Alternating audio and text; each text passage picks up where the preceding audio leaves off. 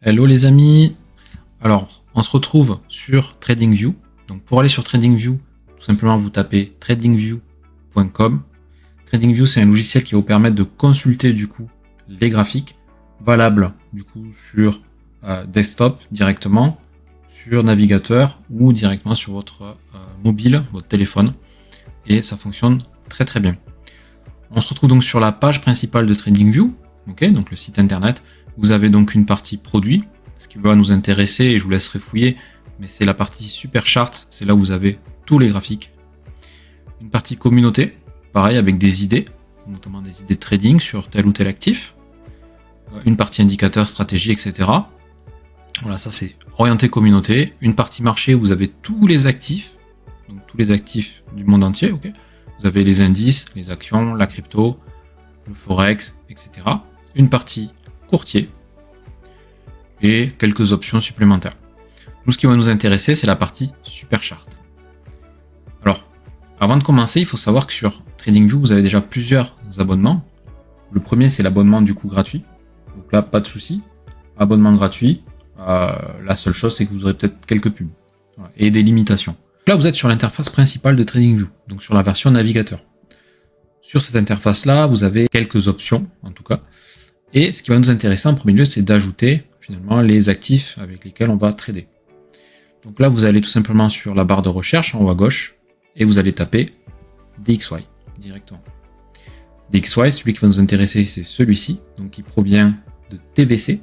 Donc vous cliquez dessus. Ce qu'il vous reste à faire, c'est vous allez en haut à gauche ici, les trois petits points, et vous faites ajouter le DXY à la watchlist et ça va vous l'insérer dans un menu de favoris. Ensuite, vous faites la même chose. Vous allez rajouter, par exemple, vu que, en tout cas, moi je trade EURUSD, vous tapez EURUSD et vous allez ajouter celui de Wanda. Vous allez choper les trois petits points, ajouter EURUSD à la watchlist et on est OK. Et donc, une fois que c'est fait, tout à droite, vous avez ce petit encas à ce niveau-là, watchlist. Vous cliquez et là, vous avez vos actifs qui sont à ce niveau-là. Vous pouvez faire des tris, créer des dossiers, etc. On va pas rentrer dans ce niveau de détail, je vous laisserai fouiller. Une fois qu'on a vu ça, on continue sur le panel en haut là, et vous avez ici ce qu'on appelle les time frames. Time frame, qu'est-ce que c'est? C'est simplement qu'on peut afficher le graphique soit en bougie de 1 minute, 15 minutes, 30 minutes. Daily c'est journalier, weekly c'est hebdomadaire, et monthly, donc mensuel, etc. Vous pouvez faire du yearly également. C'est ce qu'on appelle tout simplement les time frames. Vous pouvez également ajouter des favoris. Cliquez sur l'étoile pour l'ajouter dans la barre de favoris et avoir votre barre de favoris au niveau des time frames à ce niveau-là. Moi, principalement, je travaille avec la 15 minutes, 30 minutes, 1 heure, 4 heures, daily, weekly, monthly. Simplifiez votre trading, n'ajoutez pas 10 000 time frames. On continue. Ici, vous avez la possibilité de choisir le type de bougie que vous voulez afficher. Nous, on s'intéresse simplement aux bougies classiques à ce niveau-là. Ensuite, vous avez une partie indicateur. Donc, c'est là où vous pouvez ajouter toutes sortes d'indicateurs. Vous avez le RSI, vous avez les indicateurs de tendance, les kill zones, etc. Les imbalance, les FVG, market bias, etc. Vous avez énormément d'indicateurs que vous pouvez tester, ajouter. Moi, ce que je vous conseille, c'est en ICT-SMC de rajouter très peu d'indicateurs, voire pas d'indicateurs. Maintenant, si vous choisissez de rajouter des indicateurs, ce qu'on va faire, c'est on va ajouter des indicateurs qui nous indiquent les confluences SMC et donc les previous day, les previous weekly, monthly, les kill zones, etc. Donc pas d'indicateurs, sinon c'est pas obligatoire, loin de là. Vous avez ensuite une option alerte à ce niveau-là. Donc il vous suffit de cliquer. Vous allez pouvoir ajouter une alerte.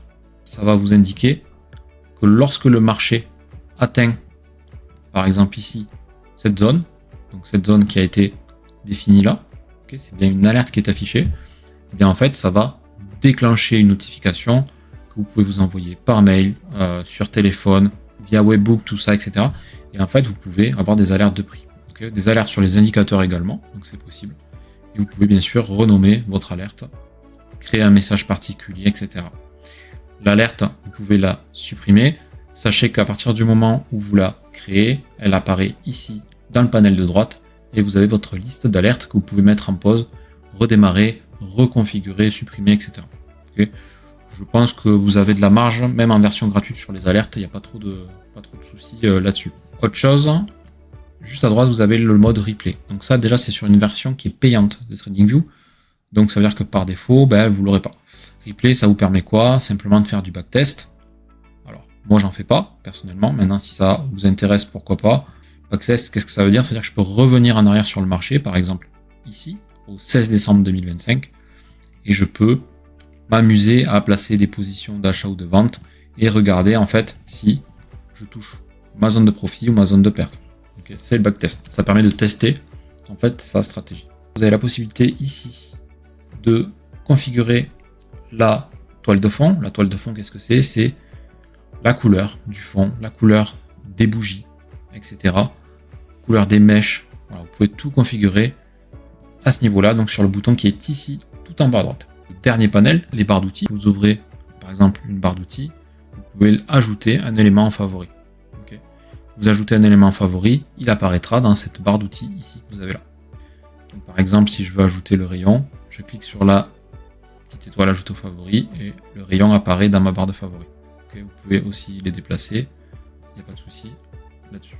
Moi, ce que je vous conseille, c'est simplement d'ajouter du coup le trait classique, le rectangle, la possibilité d'écrire du coup un texte, la possibilité de tracer des flèches, pourquoi pas, la position du coup short, okay, pour prendre position, en tout cas pour tracer vos positions, la position longue, et ensuite je vous conseille notamment le Fibonacci, que vous pouvez régler comme, vous pouvez mettre en pause la vidéo et régler comme ceci.